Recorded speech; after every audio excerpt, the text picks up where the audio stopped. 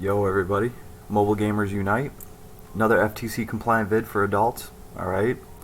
So, I'm kind of excited today. I've spent the past few days researching this character. We are talking about Blood Rose here, Roseblood. This is very easily the most underrated and overlooked character in this entire game. Blood Rose, okay? And at first I wasn't sure. It took some time to really check this character out through and through, because I'll be honest with you, I'm going against all of the tier lists by saying this, and I know that. And I'm not going to do something like that unless I am absolutely sure. So let me just give you guys the rundown real quick, our little roadmap of what we're going to do here. Tier lists have this character rated as a B character. That's at the very bottom of, that's like the lowest tier. There's B, there's A, there's S, and there's double S. It's lonely at the top up there for Randy Bo Bandy. This character is ranked as a B character all across the tier list, and I'm here to tell you that that is just not true. Okay, this character might as well be an S ranked character. Yeah, I said it, and I know some of you are just shaking your head right now saying, dude, you're crazy. But let me just stop and ask you, where did you form your opinion from? Was it off of a tier list? Was it off of what other people said? Is this just what you've heard through the grapevine and you're just like, I'm just going to roll with it? Because I have thoroughly went through everything in this character's kit, and I've read up on him. And it took me some time to come out with this video because I had to test a few things out, and actually your boy was very pleasantly surprised today. We're going to get into that, and then we're going to run we will run a solo character map, and we'll run some hard content. We will run we'll run a 9-star difficulty map on hard. It'll be 9 red stars, and we will solo it with this character so you guys can kind of see what he's all about. Mine is only level 57, but that is enough for this character to start shining so you can actually see his potential and what he can really do if he's built right, okay? But first we're going to talk about this character, and we are going to talk about, you know what, let me bring up just a general tier list that this guy is on, and they're pretty much, most of them are going to say this. So here it is. Here's Blood Rose. This is what it says about him. In bold, magical DPS / non-bold, physical DPS, dark element. Okay, that is wrong. That whole line is wrong. Moving on. Learns a powerful, unique dark spell called Venom Rainfall. You cannot learn this from any other arc, even in JP, but ultimately there's better spells available. This statement right here, this is the only thing here that is a half-truth. Like, this at least has part of it being true. Moving on. Learns high-level magic chant, reduces casting time for a spell naturally, which is perfect for a caster. This is right, because this is pretty much just telling you what high-level magic chant does, but high-level magic chant isn't even worth noting on this character. So we can pretty much cross this off because it's garbage. Hidden ability Blood Force. Chance to recover hit point after a normal attack. Okay, but you're not actually even giving a hint at what this ability actually does for this character. Okay, because people are going to think, oh, Blood Force, that's an ability that you can learn off of an SR arc. Whoop-de-doo, right? That's his hidden ability. When a new character comes out, the first thing a lot of people ask is, hey, what's his hidden ability? They're wanting to bank off of that. They're expecting a hidden ability that's like Ice Princess gets dual wield, right? That's like a, what, 12, 14 skill cost ability? You're going to be able to take that to the bank all effing day, right? So people want a hidden ability that's really going to save them a lot of SC. They want some ability that they were going to have to put on that character anyway, and they want to get that ability for free. And chances are you want an ability that eats up as much SC as possible for free, so you can spend all those SC on other abilities, which is why Ice Princess is most definitely a favorite character, and she does a ton of damage. And then finally, his ultimate, strong dark damage to all enemies. Now, I wish this was true, this ultimate strong dark damage to all enemies. I cannot find anywhere in the game where it actually says that his ultimate, his S4, does dark damage. If it does, then this character is even more powerful than I'm giving him credit for. And you guys will see why when I actually break it down for you. But I don't think he does dark damage with his S4. I don't think any of his skills do dark damage because he would be too powerful. And I know that's funny hearing that about a character that is ranked as a B character. Like, there's a possibility that this guy could be too powerful. No, you're crazy. So this is what the tier lists say about him. He is ranked at the very bottom. Randy's ranked at the very top. I'm not going to argue about Randy because I fully agree with that. That's a pretty easy call to make, though. So how did this get started, right? How did this guy get shafted so bad? There's a couple things that could have happened. First of all, this could just be somebody's opinion, right? Like when the game first launched, somebody could have slapped together a meta tier list for the characters, and maybe they just didn't know this much about this character. Maybe this was all just opinionated. The other thing I can think of is this guy is hard to build if you don't know what you're doing. I even had a hard time with him, and I'll get into that when I first started building him. But you're going to have a much harder time building him when you look up on a tier list and it says he's magical DPS. Okay, that's how I'm going to build him. You're just asking to get shafted. Like, if you follow any of these guidelines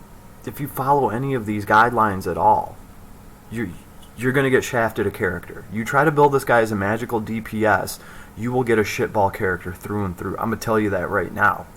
Alright? Magical DPS. All of his skills scale off of his strength, not his intelligence. Just FYI, guys. I even had to test that out to be sure myself.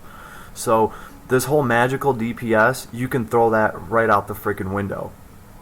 And then I think after... Oh, that's the other thing. A lot of the things that it takes to make this character good, they weren't around when the game first launched. We'll look through his skills and you guys will see what I'm talking about. Like Secret of Mana, when that collab dropped, those arcs did a lot for this character.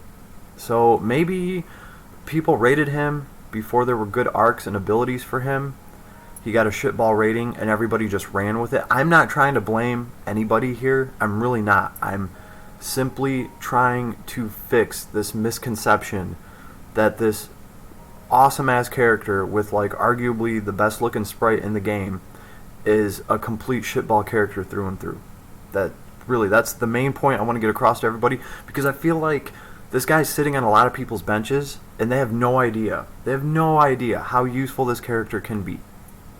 Alright, let's take a look at him in the game. Here he is, awesome sprite. So right off the bat, I knew I wasn't going to like really pay too much heed to what the tier list said. I went through and actually started reading up on the character and what everything does. First of all, here's his trait. Blood Contract. A probability of increasing hit point absorption while using hit point absorption skills. That's pretty damn huge. I'm surprised that doesn't kind of get mentioned in the tier list, right? Here's the other thing. That one ability, his secret skill, what was it called? Blood Force. Remember how, like, Blood Force is a 7 skill cost skill. Something like that. It's like 6 or 7. And I think that's part of the reason why people aren't really impressed with it. Well, if you factor in what Blood Contract does, that 7 skill cost skill might as well be a 10 skill cost skill for him. It's going to be more effective because of Blood Contract. And I think a lot of people miss that instantly. Here's the other thing. Chains of Damnation. You don't hear a damn thing about this, and this is one of the most awesome abilities that this guy gets. A probability of reducing dark alignment resistance with critical attacks. That's a pretty big deal, okay? And I did test this out. I even have the exact percentage, and this is why I'm happy, okay? First of all, Chains of Damnation stacks with Weaken. I've already tested it out. I've already let everybody know on my Discord. You can stack this with Weaken. I don't know what the percentage is on Weaken, but this is 20%, baby. Alright? And honestly, since it never got brought up on any of the tier lists that I looked at, I was like, you know what? Nobody's probably said anything about it because it's probably like a 5% dark resistance break. And you know what? I was going to be happy if it was a 10%. I was like, you know what? That's substantial. But this is 20%. That's a game changer that nobody really even talks about. And it's to dark element, and that's important. And if you guys want to know why that's important, here's the thing. Light element does the most damage in this game. It's why Christmas Theria was broken. Light damage does the most damage in the game, spell damage, because we have so many pieces of equipment that can give you, the Maja staff gives you 30% more light magic damage. That, and with all the skill cost abilities that we have that increase it by another 30%, another 10%, you can get light criticals. When you factor all that in together, that element has the most boosts from gear and things that we can get right now. So people are just killing it with light magic. But Darkness doesn't have as many boosts, but this guy can break dark resistance by 20%. To me, that might as well be a 20% boost, right? And then if you stack Weaken on top of it, I don't know if Weaken's 10 or 20%. I think it's 10 because it's to everything. But hey, that's 30% right there to dark. Here's the other thing too. There's only a few characters that actually have skill damage that's light. And they're pretty much characters that are healers, and their light skills, they don't have high modifiers.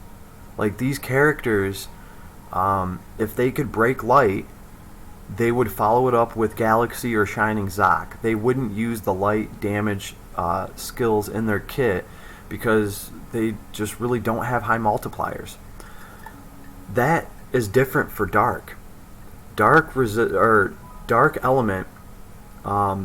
There's a lot of characters that have Dark Element in their skill kit. Douchebag Robin, Fat Boy, Abaddon, whatever his name is. Let's see, Dyne. Dyne can go against fire resistance, or he can go against dark resistance if dark resistance is lower. So obviously running this guy with Dyne is awesome because you're going to lower everyone's dark resistance by a lot, and Dyne's going to get to capitalize on that. So there's quite a few characters that have dark element in their skills, and that's a huge advantage because those are skills with cooldowns. You don't have to waste magic points, right? You don't have to solely do dark damage from spells, which can be a huge advantage.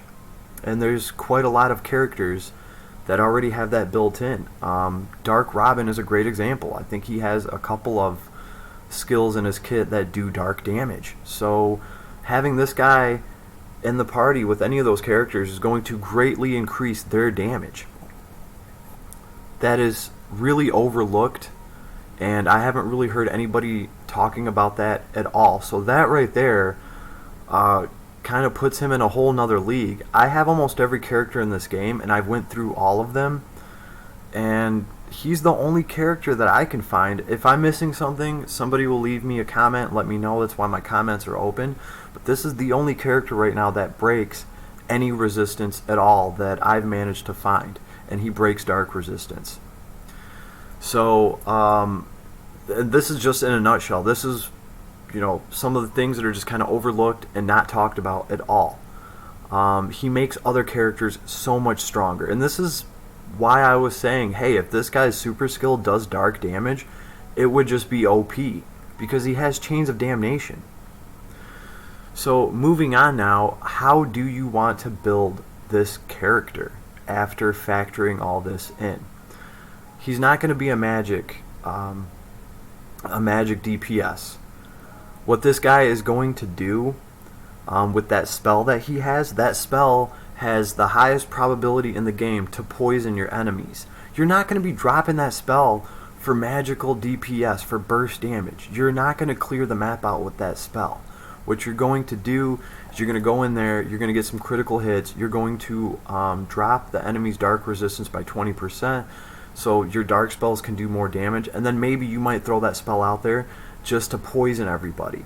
The other thing is, too, this guy gets silence for free. So when he attacks you, he has a probability of silencing you as well. Man, that can go a long way by itself. So, sorry guys, it's dry in here. Lot to cover. So now we're kind of starting to get a different picture of a character. Like going over all this, the tier lists don't really talk about this. The community really doesn't talk about this.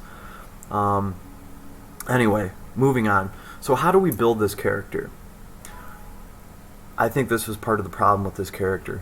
He's a late bloomer. Alright? When you get like Dark Robin right out of the box, he's strong. And as soon as you start getting skill cost for him, and you start putting different abilities on, because they're attack abilities and he has such a fast attack rate, you know, you can really see the strength. You know, you can give Dark Robin 4 more SC and equip another ability, and you'll start seeing that ability proc while he's attacking people. So, you know, you can kind of see how those characters, how their strength goes up, and you can kind of bear witness to the power creep in those characters. With this guy, it's different. He's a late bloomer. Like, it takes a lot to get this guy started. Not necessarily gear and equipment, but you're going to need to get him to at least like 34 SC before you can even start seeing what he's capable of. So then that brings us to the next page, like how do you actually build this character? Well, obviously he's going to be some sort of a tank, right? You can kind of just figure that just by, you know, looking at blood contract and being like, okay, well, this guy can obviously recycle hit points. He'd probably make a good tank. So then you start trying to build this guy as a tank, and that becomes a problem. Let me just show you. Look at all these tank abilities I have. Steel Guard, Vengeance, Heal Guard, Grand Guard, Guard Charge. You know, all of these are a waste. Like, these were the first abilities that I unlocked for this character because, well, obviously, if you're going to make a tank, you're going to get guard abilities for him. Duh. The problem is, none of these are worth a shit to him. Okay? Guard has such a low probability of proccing that you're not going to want to, you know, these two abilities alone are worth 8 SC. That's 8 skill costs riding on guard proccing. And guard, somebody told me, guard is 10% and vigilance is another 10%, and if you put the if you equip the warning bell, that gives you another 5%. Guys, I have ran wave after wave after wave. There's no way in hell, even with the guard bell, that guard is a 25% proc chance. I'm just not seeing it. I'm not. I'm thinking it's more like it's less than 10%, really. So to spend a bunch of SC on strengthening an ability that only has like probably a 10%, if that, chance to proc, and to tie up that much skill cost just for that, no, you don't want to do that with this character. These guard skills would probably be the last thing that I would get for him, and that's weird because he's a tank, right? That's the other thing. I started to realize this guy's not a tank, he's a blood bank, alright? And I'm not just saying that because it sounds nifty, alright? This is really the case. Tanks take damage and they mitigate it, right? They either use damage reduction or they use guard skills. They take that damage and, you know, they break it up, they do something with it. This guy isn't going to do all that. He's going to just absorb the damage. He's going to tank with his defensive stat and with a huge hit point pool. And the whole premise is, if I can heal myself faster than you can dish out the damage, nothing really matters, right? So you got to kind of start thinking like that with him. So my whole thing is I'll put guard on him and vigilance because it only costs 3 SC on the off chance that it'll proc, 7%, whatever the hell it is. But really, I'm not going to waste my time on all these guard abilities. And that was tough because I invested a lot of time to get these on him just to realize that I'm not even going to equip these damn things. So what does this character need? He needs hit points. And mine's not even done yet getting hit points. Like, this is just what I managed to scrape up, obviously, because I wasted so much time trying to get these abilities. He needs hit points because the bigger his pool is, pretty much the more he can flex on mofos, right? Attack up. The reason I have the attack up, I was messing with that, is to actually see which stat his skills, his abilities scale from. Obviously, attack up 1, it's not going to be a noticeable difference when you put that on and you take that off. So I made sure to get attack max and attack up, and I ran him with this, and I watched his ability damage, and then I took these off and tried his abilities again. Yes, his abilities, they go off of his strength, which is why on the tier list magical DPS is just crap. Like, there's no way you're going to want to build him like that. Then his skills aren't going to do shit for damage. His one skill absorbs 20% of the damage as hit points. It's one of his main ways of restoring hit points to himself. So if you build up your intelligence instead of your strength, those skills aren't going to hit for shit. You're not going to heal as much as you should be, and your healing's not going to be enough to carry you, and then you're going to get a shitball character that just falls apart and dies without doing anything.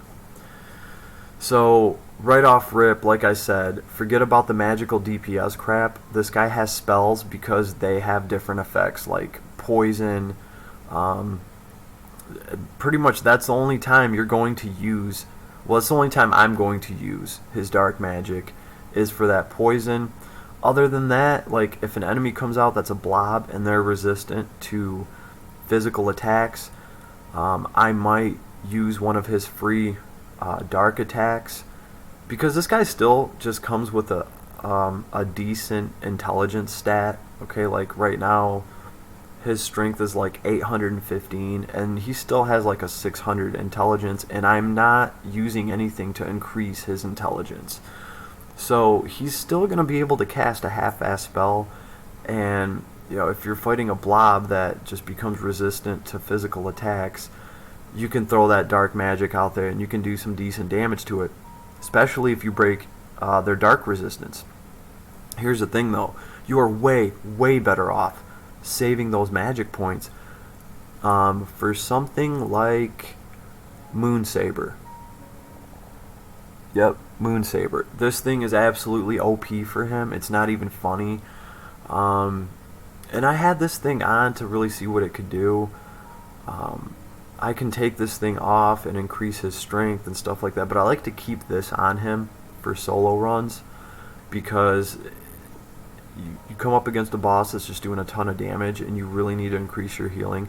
You can quick cast this, and then every single one of your attacks is guaranteed to heal a certain amount off of Moonsaber, but then you still also have your other sources of replenishment through getting criticals just off of your basic attack, the blood ring if you got it, and all of that gets manipulated by what is that thing called? Not Chains of Damnation. All of it gets, Blood Contract. Blood Contract has a probability of increasing all of those sources. So there's kind of like a threshold you have to get to. You want as many different sources of hit point income that you can get. And once you get enough of them, and they all get manipulated by Blood Contract, you hit this threshold where he starts healing ridiculous amounts, right? But we're not there yet. So the other thing is crits. You want to build this guy's crit. And I do have some crit stuff in here. Let's see. I only have, well, obviously Proud Force is going to let you heal when you score a crit, and then this stacks with, you know, you just scoring some healing off of your basic attack. So, like I said, all of these things stack up. It becomes ridiculous. Like, when I play with him, I don't even know where all the healing's coming from. Like, it's just stacks on stacks on stacks of healing. I'll see heals hit for like 200, then I'll see him hit for 12, then I'll see 70. I don't know where they're all coming from. Half of them could be from basic attacks, some of them could be from the skills, some of them could be from Proud Force, and aim vitals. Anything that augments how much critical damage you do is also going to give him a larger amount of healing off of that damage, right? Especially when you're scoring a crit with a skill that is going to recover 20% of the damage that you did. Which brings up another interesting point. Slayers and killers can be effective on this character. Slayers can effectively make him heal more, especially off of that skill that heals him 20% of the damage done. If you put a Slayer on and you're doing way more damage with that skill, well, you're healing more off of it. So in a specialized fight, when you know what you're going up against, this guy can be a monster.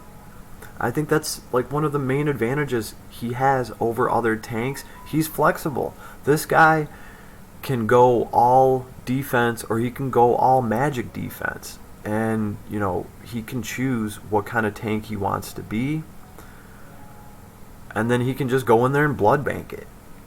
Right? The other thing is, too, counter is very good for him. Like, he can score a crit off of a counter, and he can score healing off of a counter because it is an attack. So, the number one thing you want for this guy is hit points. The second thing you want is critical. And that's typically not how you build a tank. So people are not going to see that. And people are going to start building this character some other way. They're not going to get any progress, and they're just going to bench him. And I really think that that's what happens with this character a lot, and that is why he gets overlooked. People, I'm sure, try to build him up and do something with him because he's got a really cool sprite, but they just don't know which direction to go into. And even for me, it's taken me a while to kind of figure this out. I've had to play around with a lot of different things. Here's another thing too. This guy is really good at juggling people and throwing them up in the air. Where is it? Sky High? Is that what it's called? I don't have it equipped right now. I wish I had more points because I would. Increase physical damage dealt to flying enemies by 20%. He can make people fly all day. His S2 throws everybody up in the air. And his S1 that heals him, it has these bloody hands come out, and they will get the enemy even if he's pinned up in the corner of the screen. And they will keep him pinned up there for a while. So with Sky High, bam, all of your skills that are hitting, enemies up in the air, they're all doing 20% more damage.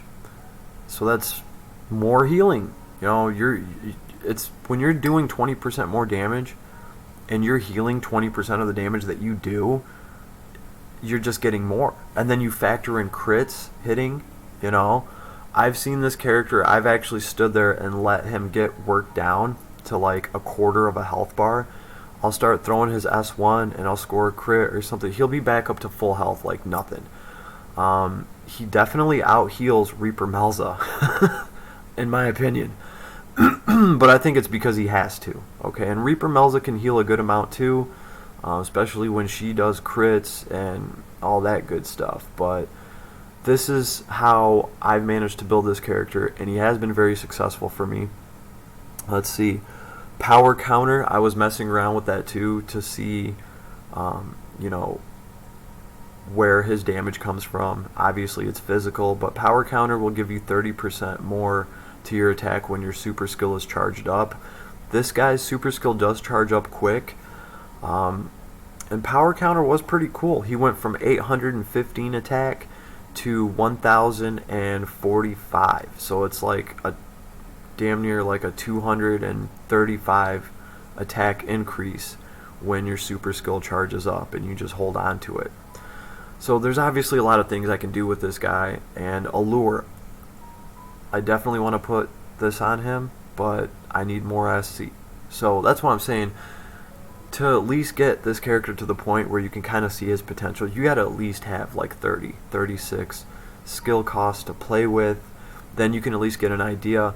Impact and double impact, they're worthless. They're just here just because they got learned along the way. So, and this is just the very beginning for this character. Like, there's so much more I can do with him. The more I play with him, the more I see that. So why don't we go actually run a map? I'm just showing you guys what's on him. Let's look at his equipment real quick. I did not go balls to the wall with amazing equipment on this guy. I want to show you guys what the typical player can do with this character. The only fancy item that I have on him is the blood ring. It's a 5-star item. You can get it off of an SR arc, and it's his SR arc. And this thing gives you regular attacks have a chance to absorb HP. So again, you want as many sources of health income as possible. This gives you another one of them. And then I put the gold crown on him for the simple fact that it gives 400 health. And it has a chance to counter physical attacks. Again, more counters, more chances to do damage, more chances to heal. The tiger suit. Like, all this stuff is very easily accessible. The tiger suit slightly reduces the probability of fainting. This is important to me when I'm clearing maps with a solo run for him, because a lot of times he's going to be getting hit by 5 or 6 different enemies at a time. And really the only chance they ever have of killing this guy is if they stun him. So the tiger suit helps. And then the dual blade gladius. Chance of slightly reducing SCT with regular attacks. That's the other thing too. I haven't even been able to put any skills on him yet to reduce his SCT. That goes a long way. If you can get your skill cooldown timer down, man, hold on guys. I need to get a humidifier down here. Yeah, if you can reduce your cooldowns, then obviously you can spam more of your skill that heals him quite a bit. So that's why I have these blades on him. They don't do the most damage, but as far as I'm concerned, they can get him his skills back quicker, and then he can heal more off of that. So I think I've covered the basics of what's on this guy. I've shown you what skills I put on him. So let's go pick out a map. We'll solo it. Alright, and for the record, the map that we're going to run this guy in right now, I wanted to see how other characters did in this map. And yeah, I can take my level 80 Randy. Where is it? Let me get to the ice cave. Oh my goodness, that's ridiculous. This is the problem with emulators. How am I supposed to get to the damn ice cave now? My goodness, come on. What is the deal with that?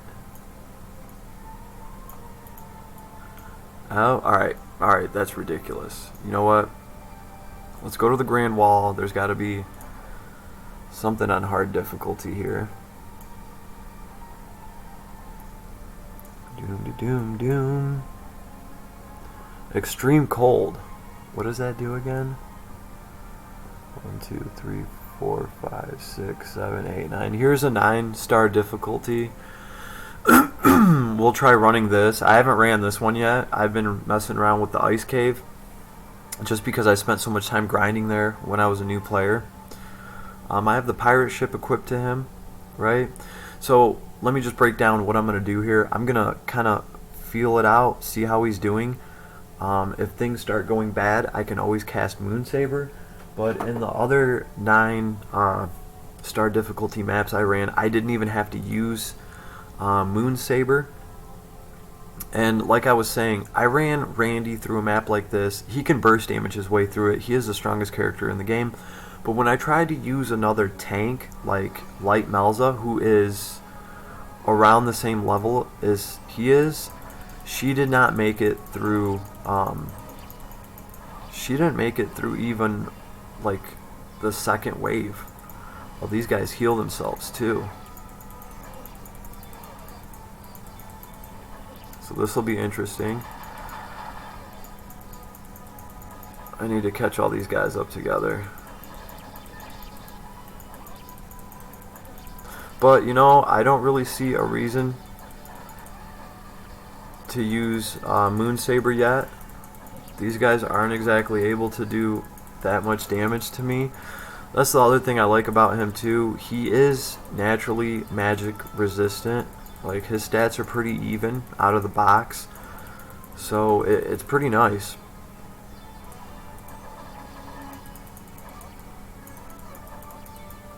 So pretty much we're going to be playing cat and mouse.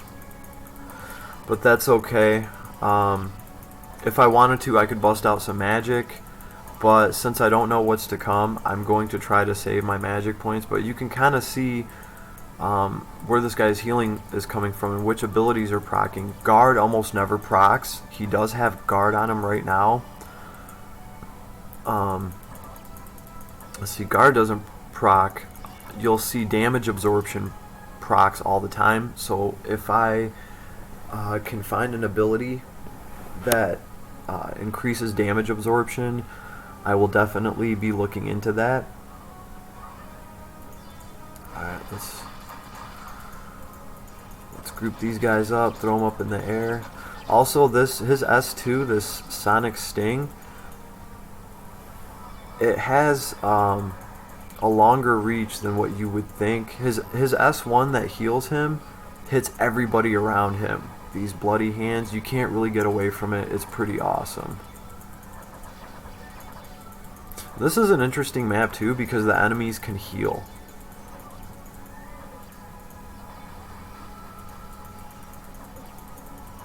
So obviously these maps, like especially these 9-star difficulty maps, they're made for a whole party to clear, not just one character, especially not a level 58 character. And so far, he's doing alright, okay?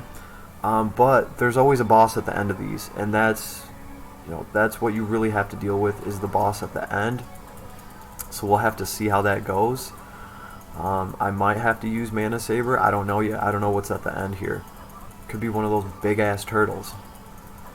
But I doubt it. They don't like the cold that much. And let's see. Okay. I just wanted to see if we scored any crits and broke his dark resistance.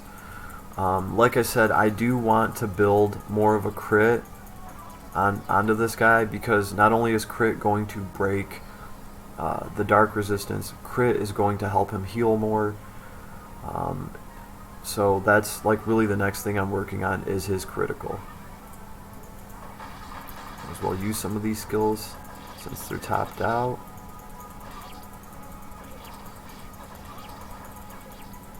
But all in all, pretty good. We're staying at 4,000 hit points. So I do like how this guy can interrupt. Like, I was fighting the big turtle, and as soon as he is going to do his big bad move, I could usually use Sonic Stinger to throw him up in the air pretty easily. But yeah, we're staying at 4K. We'll have to see we'll have to see what the boss at the end thinks about that though.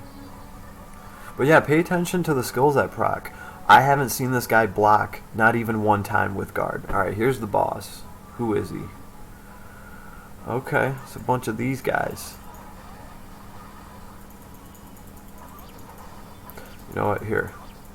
Why don't we spread a little bit of damage with our big AoE.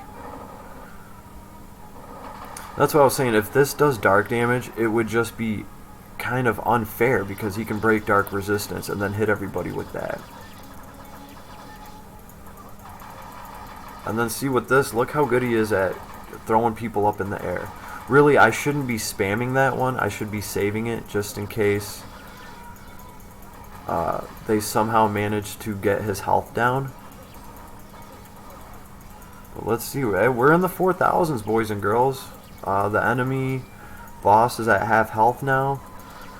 If I can group these guys together, I can be a lot more effective. Damn, there we go. There's some crits. See, blood contract. There we go. Beautiful. Beautiful. Blood contract. Let's get some health back. And I mean, he's healing for like 100 hit points a hit. That's very nice. Even bosses are going to have a hard time doing enough damage to this guy to really get him down. So I feel like I've just started to reach the threshold with him, and I'm just now getting somewhat of a payoff from this character. And look at that. His super skill charged up already. So I absolutely love that about this character. And we got to finish with a bang, boys and girls.